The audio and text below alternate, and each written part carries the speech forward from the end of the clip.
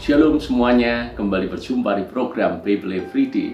Hari ini mari kita terus lanjutkan pelajaran kita. Kita sudah tiba di 1 Korintus pasal yang ke-12. Kali ini Paulus menulis tentang sebuah nasihat yang penting sekali jemaat Korintus perhatikan. Jemaat Korintus adalah jemaat yang istimewa. Kenapa? Selain mereka ini jemaat yang secara perekonomian sangat maju, sangat sejahtera, boleh dibilang mereka ini jemaat yang kaya. Tidak hanya itu, jemaat Korintus adalah jemaat yang penuh dengan karunia-karunia roh. Mereka memiliki banyak karunia bermacam-macam. Ada yang memiliki karunia untuk menyembuhkan, ada juga yang memiliki karunia iman, ada juga yang memiliki karunia untuk bernubuat, ada yang memiliki karunia untuk berkata-kata dalam hikmat dan marifat. Bahkan ada yang punya karunia untuk berbahasa roh dan menafsirkan bahasa roh tersebut. Jadi ini adalah paket komplit jemaat Korintus ini. Dengan karunia-karunia itu, semestinya jemaat Korintus bertumbuh dengan sangat baik, bertumbuh dengan sangat sehat.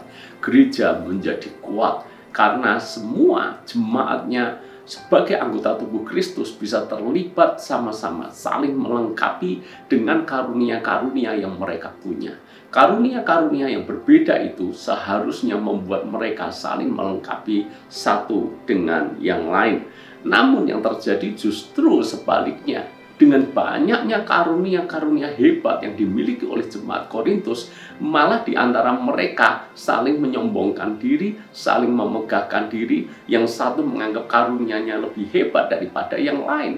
Makanya Paulus menulis surat ini untuk menegur mereka, mengingatkan mereka bahwa karunia itu bukan untuk kesombongan mereka. Bahkan jangan sampai dengan adanya karunia-karunia yang berbeda-beda, karunia-karunia yang hebat itu justru membuat terjadinya perpecahan di antara jemaat.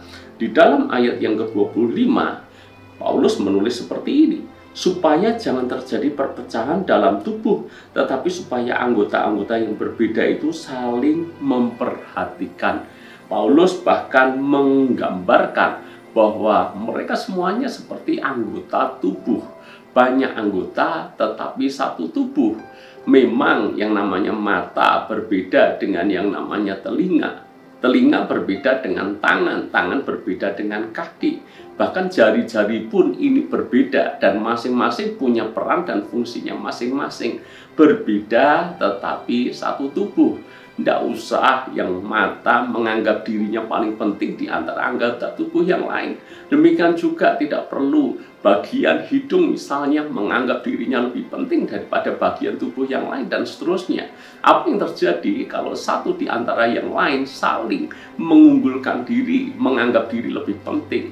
Maka nanti mereka yang punya karunia-karunia hebat akan selalu merasa dirinya harus dihargai, harus dihormati, merasa harus lebih menonjol. Dan bayangkan, mereka yang mungkin dipercaya karunia-karunia yang biasa mungkin itu seperti anggota-anggota tubuh yang seringkali dianggap tidak penting.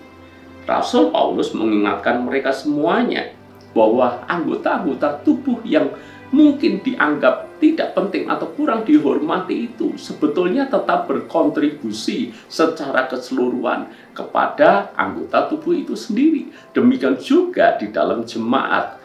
Mereka yang mungkin punya karunia yang sederhana, tetapi kalau mereka ini tersusun sebagai anggota tubuh Kristus, mestinya mereka semuanya bisa saling melengkapi. Sebab sesuatu yang besar pun tanpa sesuatu dilengkapi dengan hal-hal yang kecil dan sepele mungkin, maka menjadi tidak ada artinya.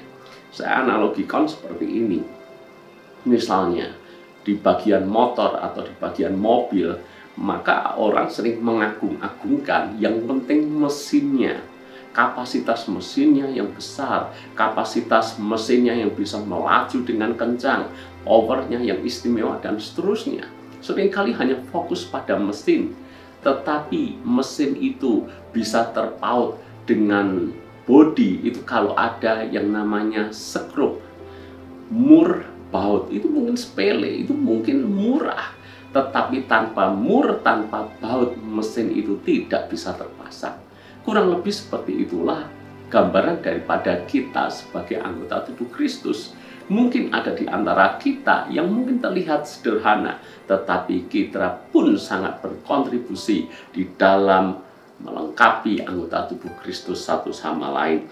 Jadi paling tidak ada dua hal yang Paulus mau tekankan dalam pasal ini.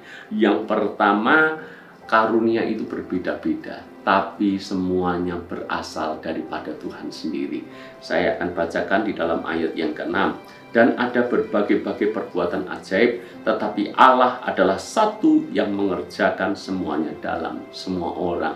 Berbagai-bagai macam karunia, tapi Tuhanlah yang mengerjakan. Orang yang punya karunia menyembuhkan, ingat baik-baik, Anda bisa menyembuhkan bukan karena Anda hebat, tetapi Allah lah yang mengerjakan itu di dalam diri Anda. Allah hanya memakai Anda untuk menjadi sarana kesembuhan bagi yang lain. Ada yang punya karunia bernubuat, ingat baik-baik, bukan karena Anda hebat, tetapi karena Anda memang dipakai Tuhan untuk menjadi corong, menyuarakan suaranya Tuhan. Jadi semuanya karena Tuhan. Jadi kalau semuanya karena Tuhan, kenapa kita mesti menyombongkan diri? Dan konsep yang kedua yang Paulus tekankan di sini adalah marilah kita saling melengkapi, kita saling membangun.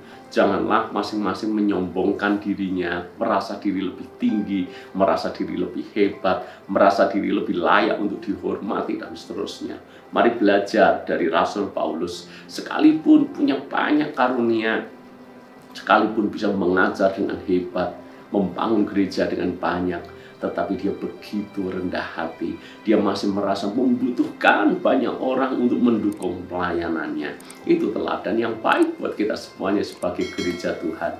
Mari bergandeng tangan dengan jemaat lain, dengan hamba Tuhan yang lain, dengan karunia-karunia yang berbeda, tetapi kiranya saling melengkapi, dan akhirnya kerajaan Allah lah yang dimuliakan, nama Tuhan yang dibesarkan, banyak jiwa-jiwa bertobat, karena kita sebagai anggota tubuh Kristus tidak terpecah-pecah, tetapi menjadi kesatuan, sehingga hanya nama Tuhan sajalah yang ditinggikan. Doa saya 1 Korintus 12 ini menjadi berkat buat kita semuanya. Tuhan memberkati.